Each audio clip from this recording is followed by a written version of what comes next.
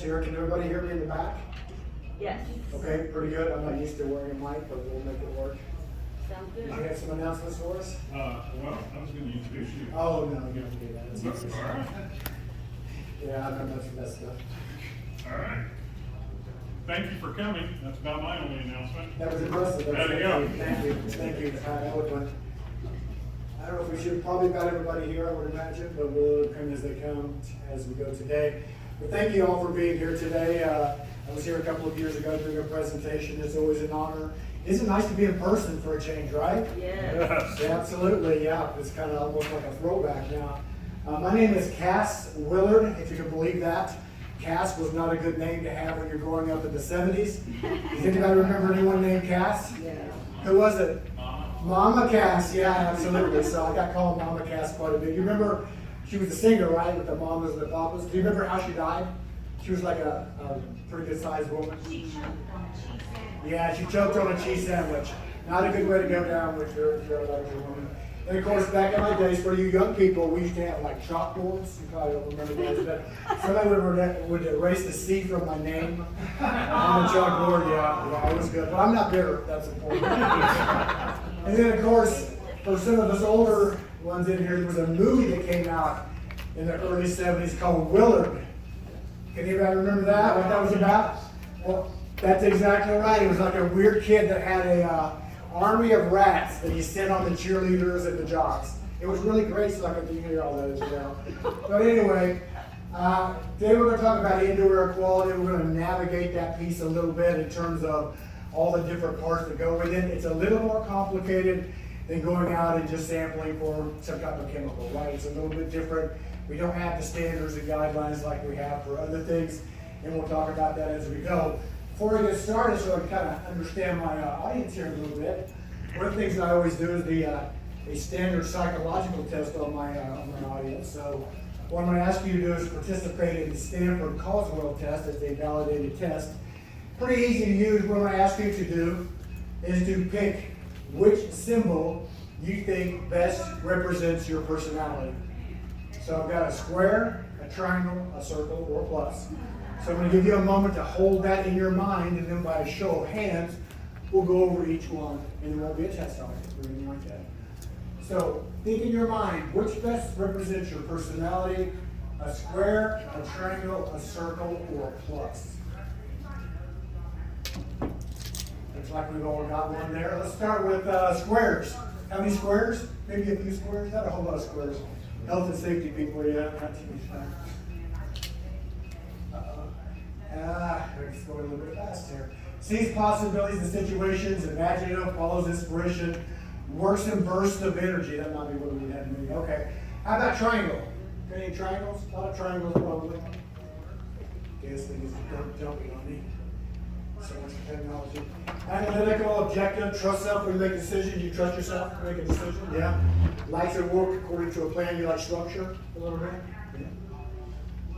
Square, triangle, circles. Got any circles in there? Got a few circles? Let's see if this one's going to go without. People oriented, considers others' feelings. Likes harmony, sympathetic. No? How about pluses? How many pluses in here? Oh, a lot of pluses. Those are nice. These are the boozers, the sex addicts.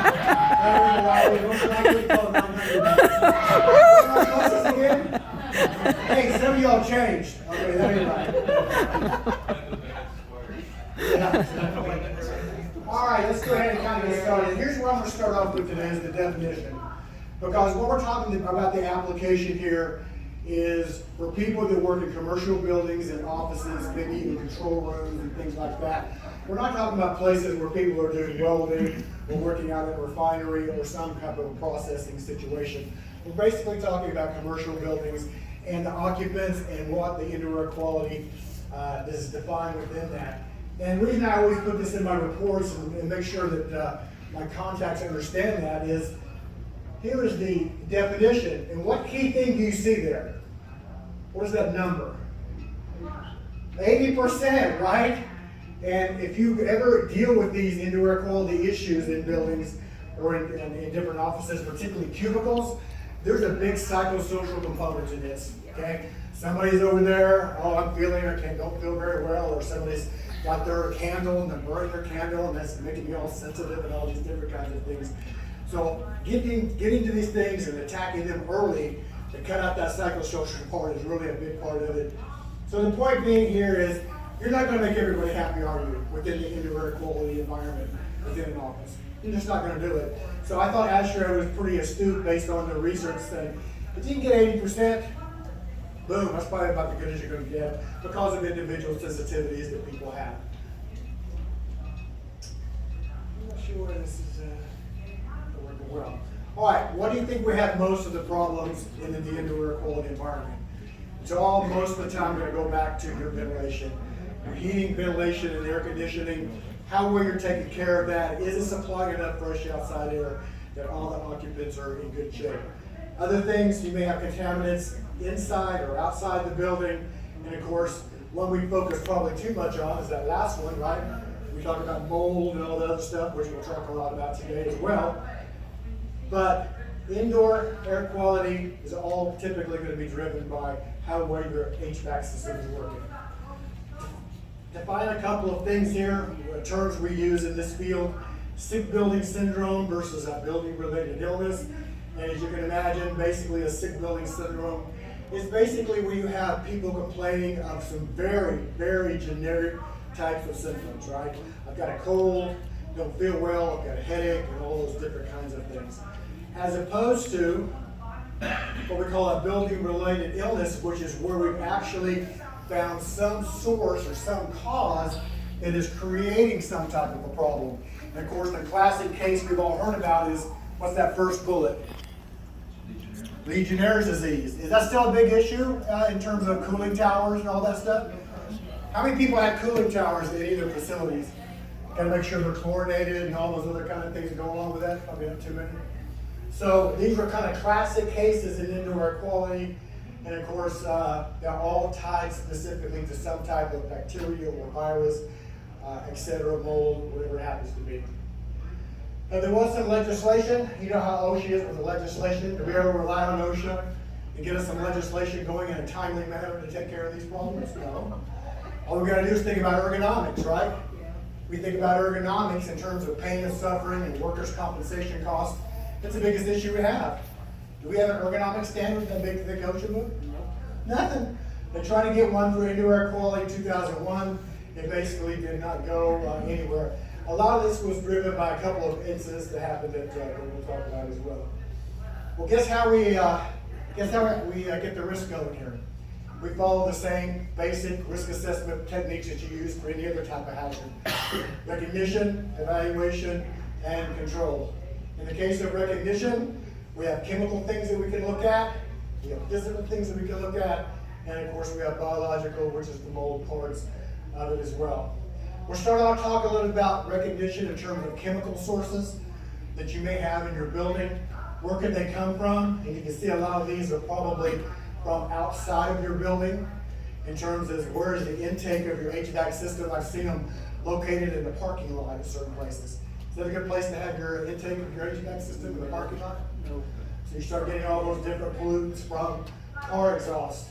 Tobacco smoke, again, back in my day, how anybody can relate to being in the station wagon with your mom up there smoking 2 packs a day inside that fog, which was your car, right? Probably a few of us still left with that. Fortunately, that is, gladly so, that's been taken out of buildings for the most part.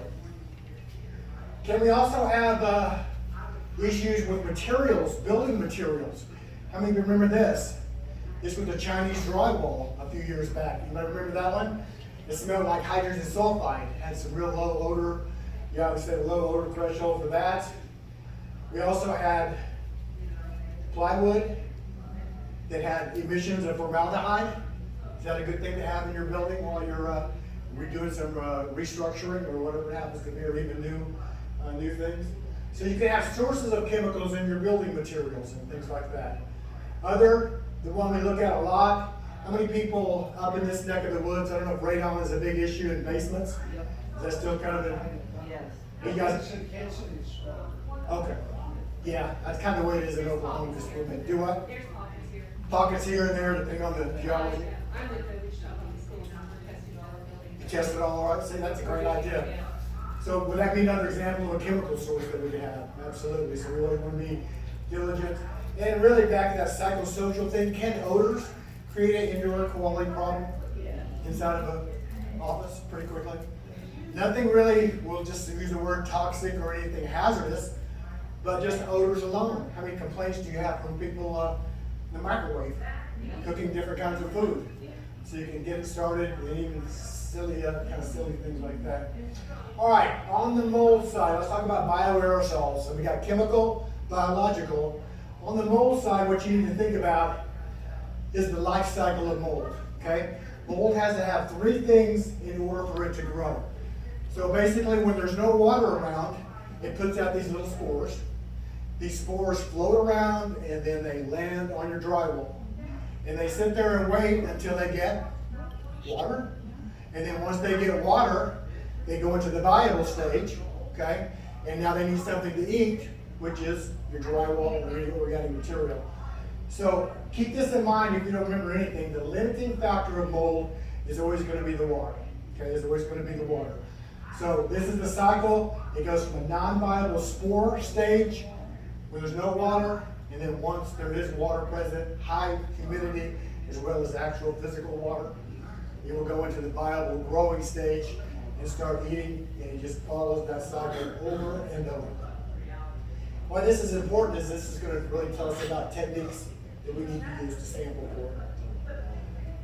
Other things we're concerned about, we got all the grain elevators up there. Are there anything in grain elevators on the occupational side that could be in grain? It could be hazardous to workers. Absolutely, it's not really an indoor air quality issue, but they certainly could be part of that. Typical of what you're going to see, and we'll talk about the toxic part of mold, which again, I'm not a big proponent of. We don't have a whole lot of data. We'll talk, again, I grew up in the country, so we had water in our house. We had mold on the ceiling, mold on the floor. My little sister's name was mold, and we had mold everywhere. Never had too much problem with it. And now people see mold and they just start freaking out. But we'll get to that. So basically, as you guys know, it's the allergic type response most people have to mold, depending on your individual sensitivity. And those are the basic starts, where it kind of starts in terms of sinus. Runny nose, probably everybody's had that as well. In addition to mold, we have other types of bioaerosols. We mentioned bacteria with Legionella. We also have different viruses. And we are also developing techniques for COVID. We can actually do wipe sampling, some wipe sampling on surfaces for COVID. They are putting together some air monitoring type techniques. But the problem you have is what do you compare the data to when you get the numbers back? What is above and below and what's good and what's bad? We just don't know that right now. So we do have some things for COVID going on a little bit as well. As I mentioned, the limiting factor is water. So in your recognition phase, you got to keep your cooling towers. You got to protect your inlet to your HVAC system, keeping those clean. Humidifiers can be a major problem when somebody says, oh, it's too dry. I'm going to bring my humidifier in here. Can that mess up the whole balance of your HVAC system when a couple of people do that? Or a dehumidifier, things like that, can be a real big problem. Most of the time it's that last one. It's that last one. It's where they've had a rain leak, or a pipe break, where they've actually had some type of porous material, drywall, etc., that's gotten wet, and that's when the mold starts to grow. And what I tell most of my clients over the last 30 years is, if you see mold on the wall, don't call me to come in and say, okay, I need you to sample to see if that's mold. It's like, okay, I'm not going to take your money. Okay, if it's mold, get it remediated, and then we may do some sampling after remediation in order to make sure that everything is okay. And we'll talk about that in the evaluation. So water contaminated materials is usually about number one. All right, so that's the recognition part of it. The evaluation is, well, what do we do if we think we have a problem? Do we have different types of sampling techniques? What does the data mean from those sampling techniques? And how do we apply that in terms of, do we need certain types of controls to keep people safe? So again, we'll start off with chemical. Two types of evaluations that we can do, qualitative and quantitative. Qualitative would be an example of where we would just go in and take some tape, pull up some mold that's on a surface, I take it into the lab and identify what kind of mold it is. Doesn't really help as much in terms of just knowing what kind of mold it is. That's just qualitative. Quantitative is where we actually get a number or a concentration of something. So when we look at evaluation, when we look at our techniques, we want it to be qualitative and quantitative, right? Tell us what the chemical is, but also give us a concentration, right? That way we can compare it to standards and guidelines to see where we sit in terms of overall risk. Start off with qualitative. Again, you don't need me to tell you what mold looks like. If I come in and see this, we've all seen that if you grew up in the country. We've probably got an issue, particularly if you've got sensitized people, right? We don't need to take any surface samples, we don't need to take any air monitors, any of that kind of stuff, because it's just wasting money, wasting people's money. We also, on larger buildings, a lot of times we'll get the workers involved if we have one that's spread quite a bit, and we'll do questionnaires. We'll actually do questionnaires, like for this one, for example, this is one about odor, and then do you smell food odors, tobacco odors, body odor, musty, mildew, etc.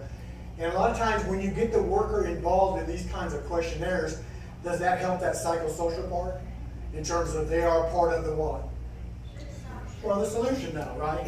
Rarely do we do this. It's only for probably forward-thinking companies that's got like, maybe like downtown Tulsa or downtown Wichita. It's got the big buildings with a lot of people. Typically in cubicle cities, you think cubicle cities are where we have a lot of complaints? Because they pack those people in, and most of the time they don't have enough fresh outside air, you know, to kind of accommodate all that many people. We'll talk about that here in a bit. Sometimes we'll do, on the qualitative side, we'll do a survey. Any kind of eye symptoms, dryness, watering, puffiness.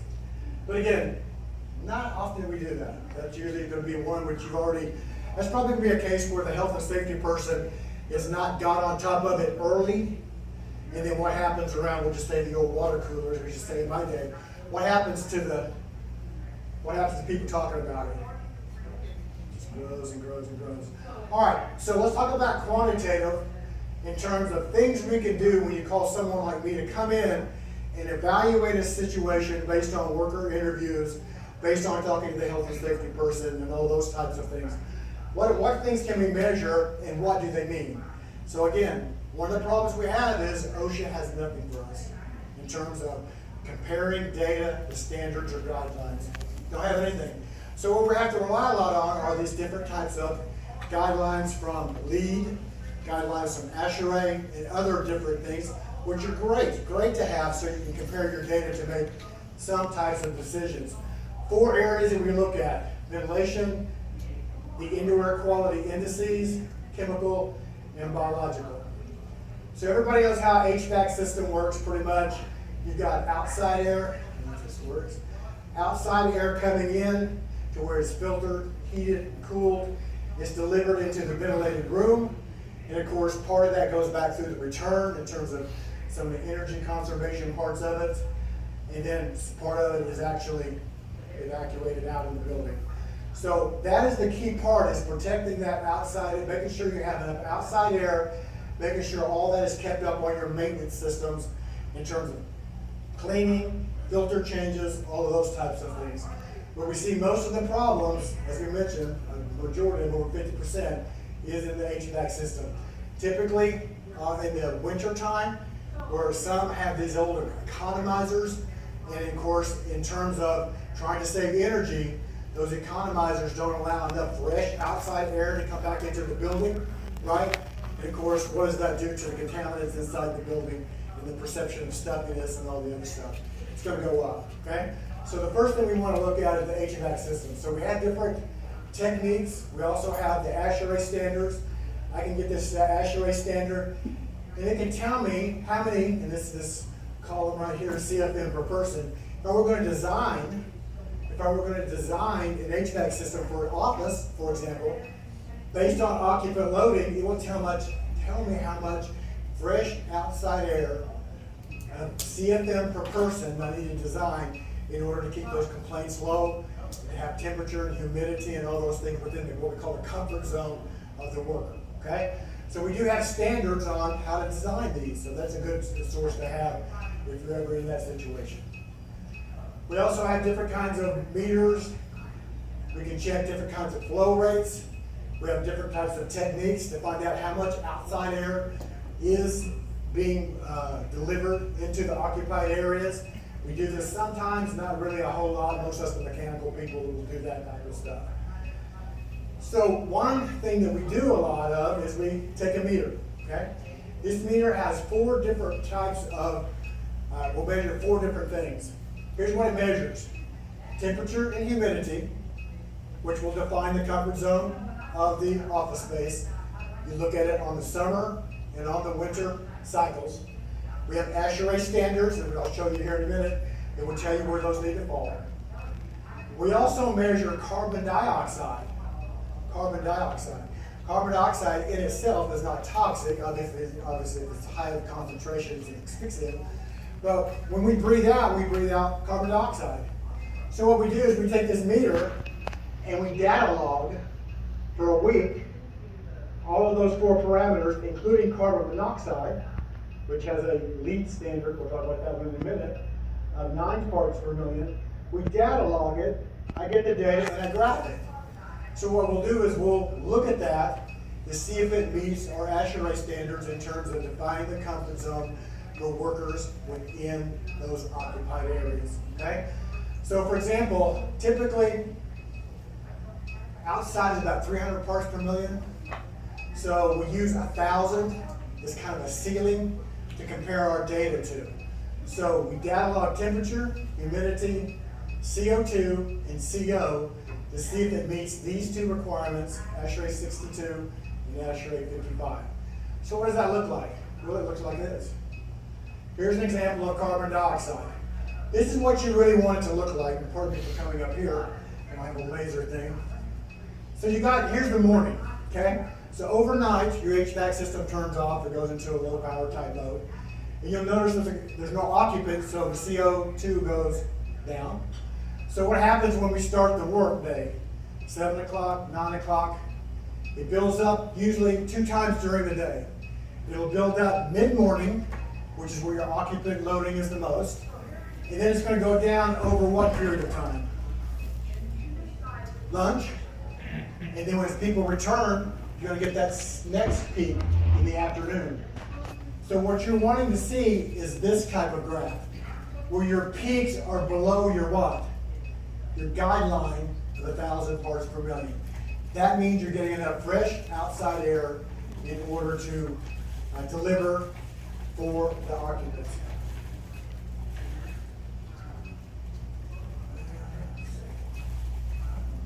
Here's what you don't want to see. 6 a.m., people start coming in, and what do you notice? Already by before noon, and again, this is no toxic or hazardous environment, right? This is just a surrogate indicator of fresh outside air. If you see this, that means you got to go back to your HVAC system, right? And to see if maybe a dampener's been shut off or some source of where you're not getting enough outside air. Here's the ASHRAE standards for temperature and humidity. So we data log those. Here's what it should look like. You don't want it too dry, right, in the winter side, and you don't want it too moist on the summer side. So you can see as the HVAC system goes up and down throughout the day, and then at the end of the day, it's usually turned off for energy conservation as well. All right, let's talk about chemical for a little bit. One of the things that we have to make a judgment on here is when we're talking about chemical exposure, there's the OSHA PELs, everybody's familiar with those, right? Which apply to people working out doing welding and working in refineries. Those don't apply to occupied buildings. We use, mainly because of the definition, right? Because the PEL is defined as working over a lifetime, day after day without any adverse health effects. What we do is we use these LEED guidelines. LEED guidelines, they publish through a leadership and design type of function for green buildings and things like that. And look what they published for us. A whole list of different kinds of chemicals, including total VOCs, ozone, carbon monoxide. So what can happen is I can go in and sample for these and compare them to these. And one of the things you'll notice is, do those levels look pretty low? Look at benzene. Think about that, 3 micrograms. we're talking about parts per billion levels, whereas in a refinery, we're talking about the PELs, which are parts per million levels, order of magnitude higher, because of the nature of what our occupants are. So unless you have something to compare your data to, sampling makes no sense. So we're fortunate that we have these types of guidelines to go by. So here's an example of how we do it. This is a thermal desorption tube. I hook it up to a pump. I sample it over a day. It's got activated charcoal, any kind of chemical in there. It will absorb onto that. We send it to the lab.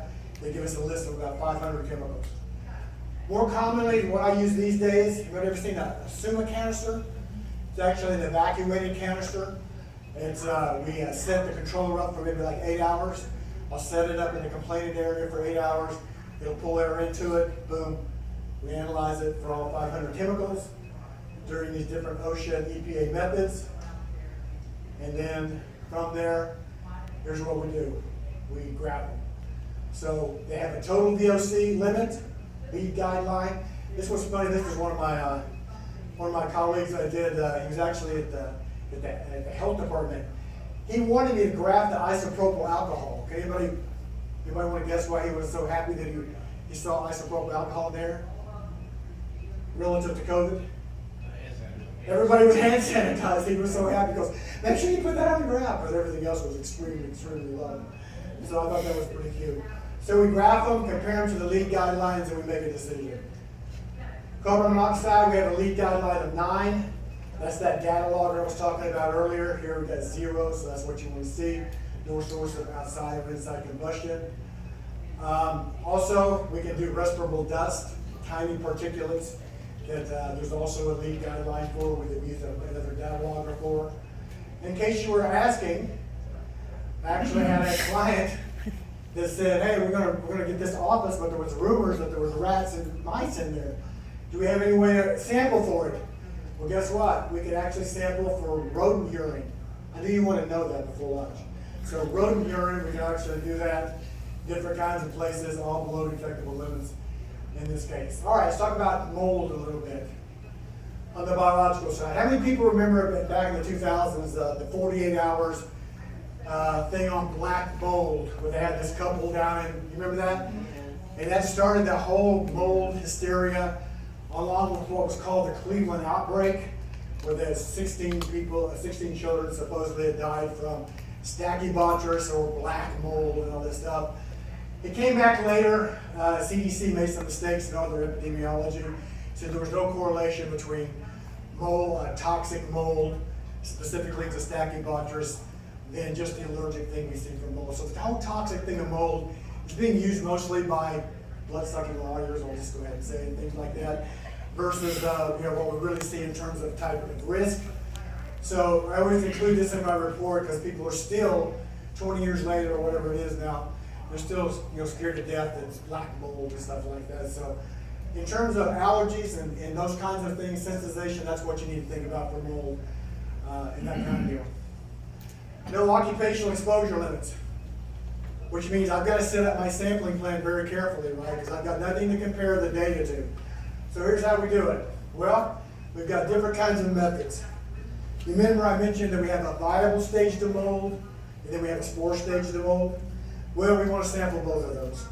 For the spores, which is like little tiny particulates, we have a little machine that pulls air through this cassette.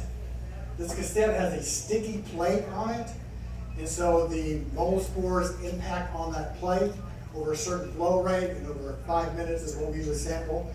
Send it to the lab, they tell us what the concentration is and the genus and species of mold. So this is for mold spores. And then many of you remember, when we get into the viable stage of mold, it's actually growing, so it needs something to eat.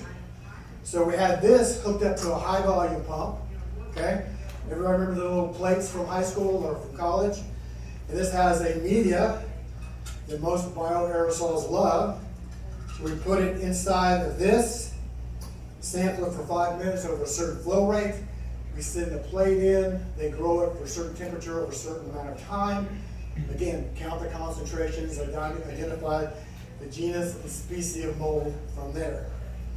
So how do we set this up? If we have other things to do, if we want to, we've got swabs, we've got tape lift samples, we can swab, we can actually, this one right over there, we can actually sample in the space of a wall, have an affected wall, an unaffected wall, all kinds of techniques. But you gotta make sure you know what you're doing with the data, or you'll make bad inferences, which won't help anyone. Well, here's what we have to do. So think about this. We don't have any standards which say we can compare the results from these labs to some number like we do chemicals. So here's what we have to do. Since everybody has a different individual sensitivity to mold, everybody can react differently. That's why there's not one number to compare it to. So what we'll do is we're going to interview people that have the issues, and we'll talk to the safety and health people, or whoever it is. And what we have to do is we have to identify 3 different areas to sample. We identify the affected area, which is where people are having some complaints or some symptoms of allergies, or we actually see mold. We actually see damaged material and mold. That will be the affected area. And then on a separate HVAC system, if we can get it, we're going to identify an unaffected area where we had workers with no problems, there's no damaged material, there's no water intrusion.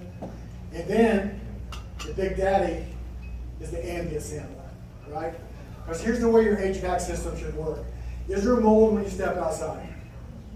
Tons of it. Mold, air comes into your HVAC system. It should be filtered out to the point where it's delivered relatively mold-free. Obviously, we don't work in a clean room. And it's delivered, okay? So what we do is we're going to take an affected area, maybe a couple of them, an unaffected area, and then outside sample. Here's when you know you have a problem. Is if the affected areas have a concentration of mold that is higher than the unaffected and the water. Outside sample. That means you've got a source of mold growing inside, you need to go to remediation, okay? So what you're hoping it's gonna look like is probably something like this, right? Outside sample, you got a bunch of mold. Is there ever gonna be zero inside of the building? No, but you're not in a clean room. You don't use HEPA filters or HEPA filters, however you want to say it. So you're always going to see some. But where you have a problem is if those affected areas have a concentration that is in excess of the other 2. Or if you see a species of mold growing in the affected area that you don't see in the outside sample, what would that tell you? Contamination?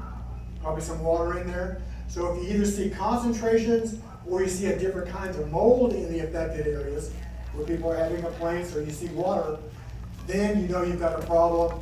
And first thing you're always going to do under control is stop the water, right? Is there any point jerking out or taking out drywall if you have to stop the source of water? No, and I have a lot of people who do that. They go in and all the remediation, and they're still going to leak, in the roof. And of course, next time it rains, you've got more problems. So that's the only way we can really get some idea about if there's an issue with mold is comparing these affected, unaffected areas relative to the outside sample. Control. A lot of this really is all about preventative maintenance. Preventative maintenance on your roofs, on your HVAC systems, any source of inside, outside, pipes that are broken. Get them done in a timely manner, because I keep harping on the psychosocial part of this. It can really get out of control pretty quickly. I had one situation in a downtown office building, I'll never forget it. There's a guy that got transferred in, and the health and safety guy is a good friend of mine. And I go in there and start talking to some of the workers, to kind of talk about that part. The guy that got transferred in, his first day said, oh, it's getting really stuffy here. Of course, they had excellent maintenance. This was like one of the Williams Towers downtown. And after about 3 days, it started kind of picking up a little steam. On the 4th day when I came in, he had actually gotten a respirator. He put a little propeller on it with filters. And he was walking around with this propeller supposedly filtering air that he was breathing up into his face. Now, that sounds really stupid, which it was, but what did that do to that psychosocial part on that floor? And of course, he got transferred back really quickly. So anyway, that was the beginning of that story. So when you talk about control, it's a lot about preventive maintenance. Identifying your sources. Where are your supply intakes? As I mentioned, I've seen them in the most horrible place.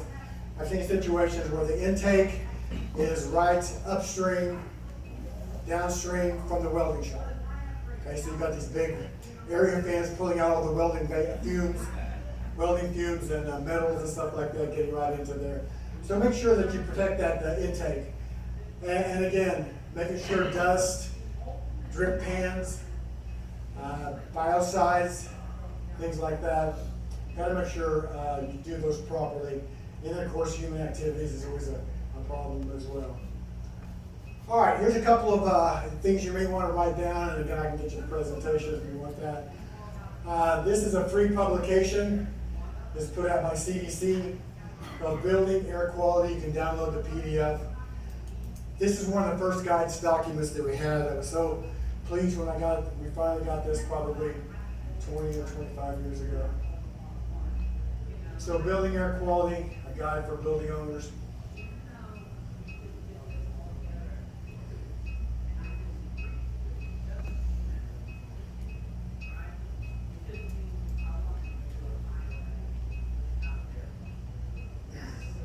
Right there on the NIOSH website. Great resource.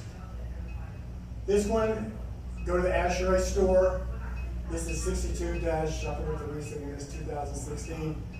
This is that one that has all the listing of how much outside air you need to have for different applications like a correctional facility or an office and things like that. So ASHRAE has a lot of good stuff, guidelines that we can use. And of course it's all under that ANSI umbrella that we're all familiar with on other safety and health standards. So ASHRAE 62, one of the better ones.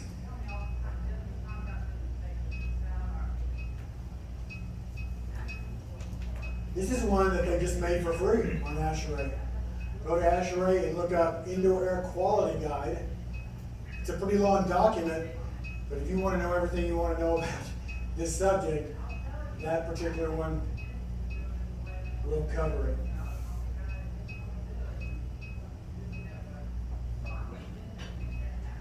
The ASHRAE Indoor Air Quality Guide.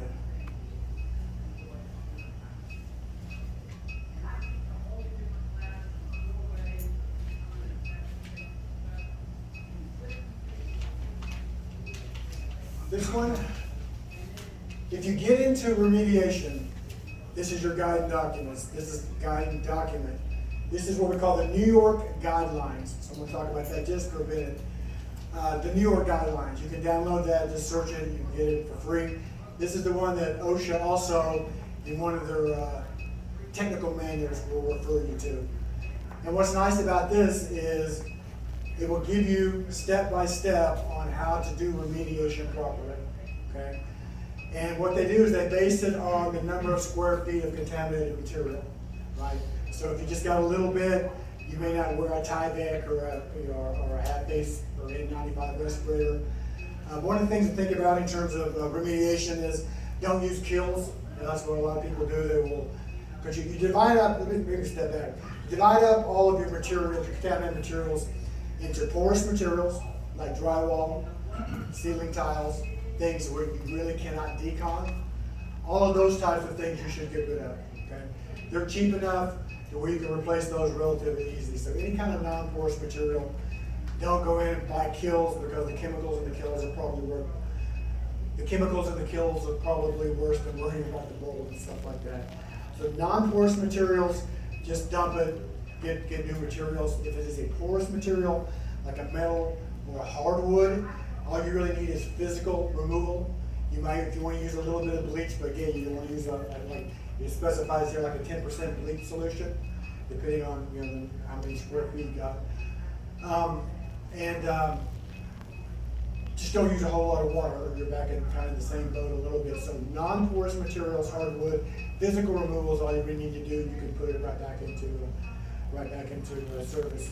So in here, I think there's 3 different levels depending on the number of square feet. And once you get to like a whole bunch of square feet, you're probably going to be in a Tyvek, maybe a half-base N95 respirator, and it will give you detailed things to do in terms of how to use visqueen and how it's kind of, It's not as intense as like an asbestos type of remediation, much less than that. But make sure you put this one down, the New York guidelines for remediation. That way, not only will you do the remediation properly, you don't have to worry about scattering around. And it will look like to the workers in those occupied areas that you know what you're doing, right? And that's a big part of it, again, the psychosocial part. I will mention that again.